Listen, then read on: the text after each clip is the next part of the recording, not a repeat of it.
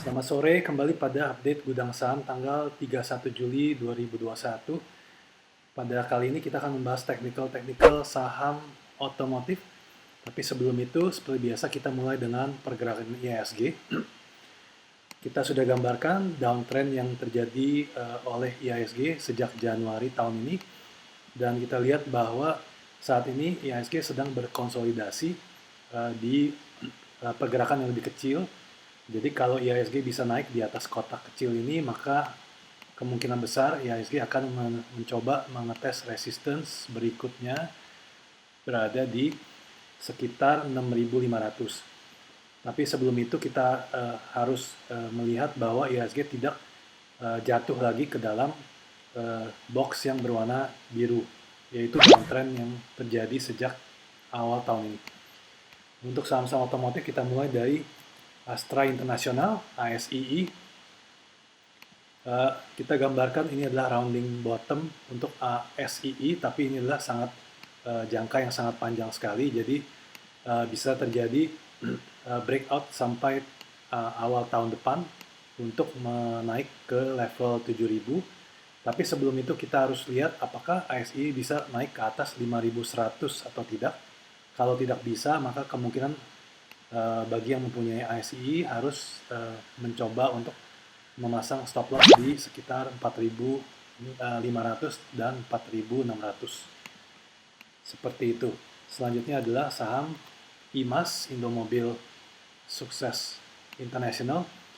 Saat ini IMAS berada di support yang lumayan kuat di 840, 850 seperti tergambar di garis horizontal ini. Nah, saat ini juga IMAS berada di downtrend jangka menengah sejak bulan Februari. Nah, kalau IMAS bisa naik ke atas 960, maka bisa dipastikan IMAS akan berada dalam uptrend. Tapi kita juga bisa melakukan spekulatif beli karena stop loss-nya tidak terlalu besar.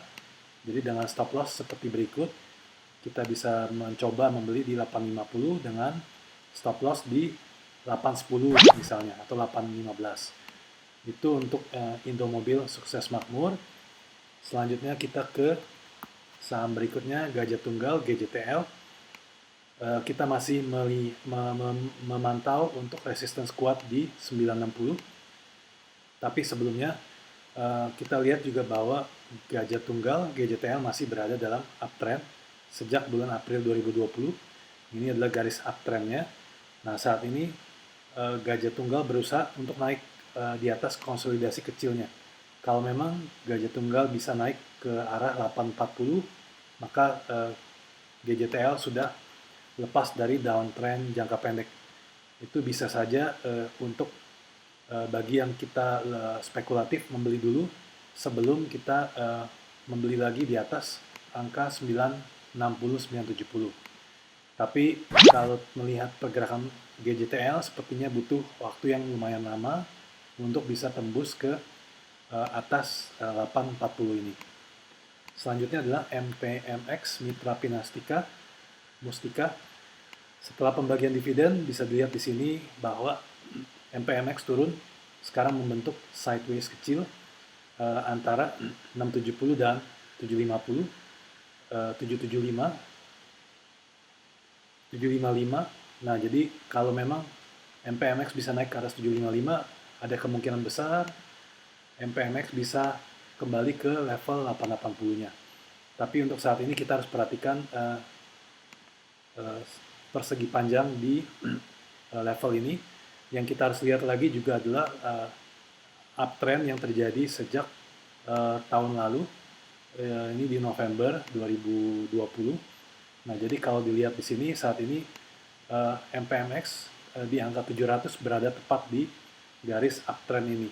Jadi itu adalah tanda-tanda sebentar lagi kita bisa melihat apakah MPMX akan melanjutkan kenaikan atau malah turun dan membentuk downtrend. Seperti itu. Lalu selanjutnya ini adalah saham auto. Untuk auto sendiri sebenarnya dari garis uptrend sudah tembus. Jadi sekarang auto berada pada fase downtrend dan ini terjadi sejak bulan April tahun lalu 2020. Jadi ini lumayan panjang uptrendnya sekarang sudah tembus jadi downtrend. Nah, sebaiknya dihindari dulu, kecuali kalau memang auto bisa menembus downtrend jangka menengahnya di level sekitar 1100 ke atas. Itu pun kita lihat bahwa konsolidasinya masih sangat lemah, jadi tidak menjamin kalau memang sudah tembus di lingkaran ini, auto bisa melanjutkan kenaikannya. Untuk saham otomotif, demikian saja update untuk minggu ini. Semoga bermanfaat.